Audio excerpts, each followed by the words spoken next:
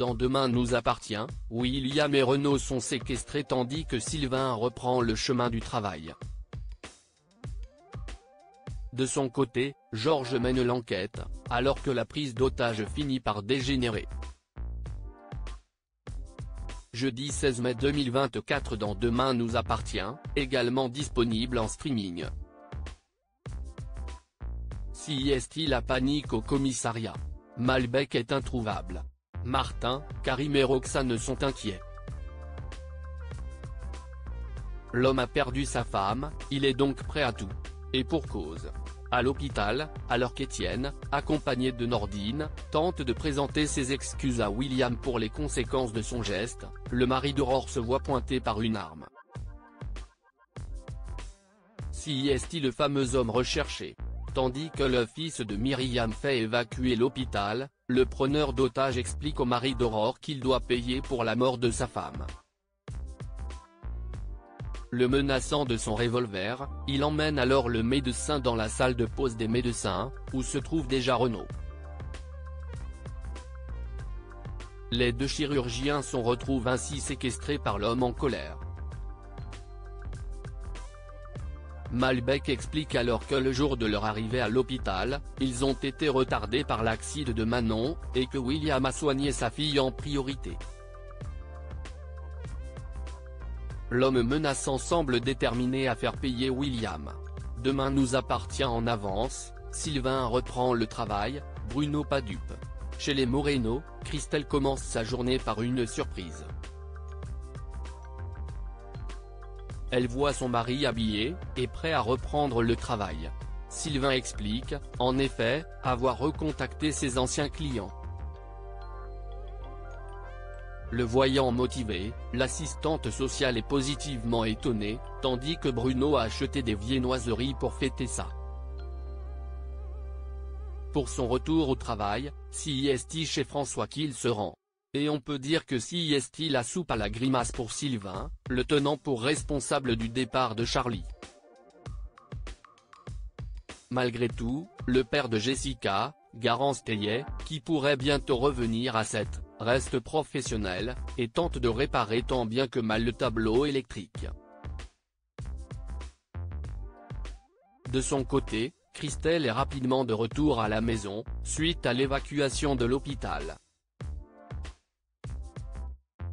Elle en profite pour se détendre auprès de Bruno. CIST alors qu'elle revient sur sa rencontre avec Sylvain. Un coup de foudre. Elle explique qu'il était plus travailleur avant, et qu'elle est contente de retrouver cet homme-là. Le soir venu, tandis que son mari rentre tout sourire de cette première journée, Christelle va chercher du champagne pour fêter ça. Mais une fois parti, Sylvain montre son vrai visage à Bruno, qui a compris qu'il mentait.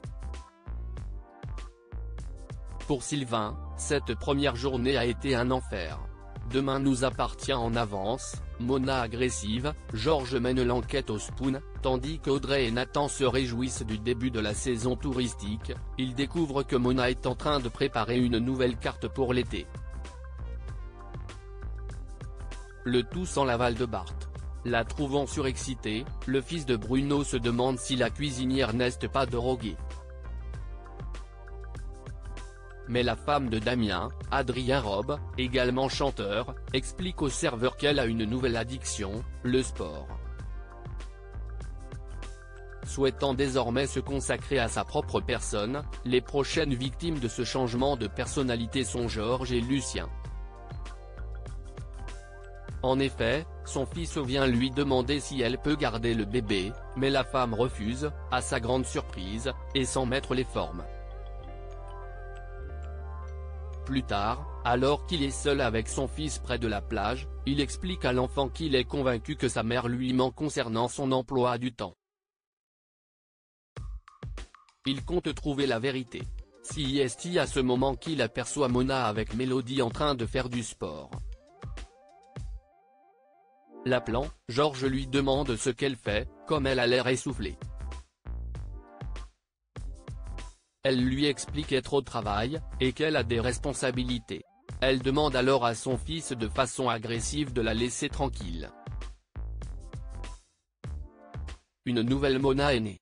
Demain nous appartient en avance, William avoue, Malbec tire à l'hôpital, Karim arrive pour superviser les opérations. Il demande à Nordine, qui culpabilise, d'appeler le négociateur. Passant le cordon de sécurité, Marianne et Victoire expliquent qu'elles peuvent discuter avec Malbec. Elles le connaissent. Mais le flic refuse. Il est dangereux. La mère de Chloé commence à prendre la menace au sérieux quand elle apprend que Renaud est aussi pris en otage. De son côté, après plusieurs appels vains, Karim parvient enfin à entrer en contact avec Malbec. Jouant la carte de la compréhension, il lui propose de venir leur apporter à manger.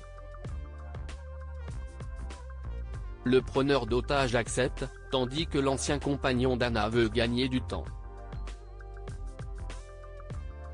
Mais bientôt, tout bascule.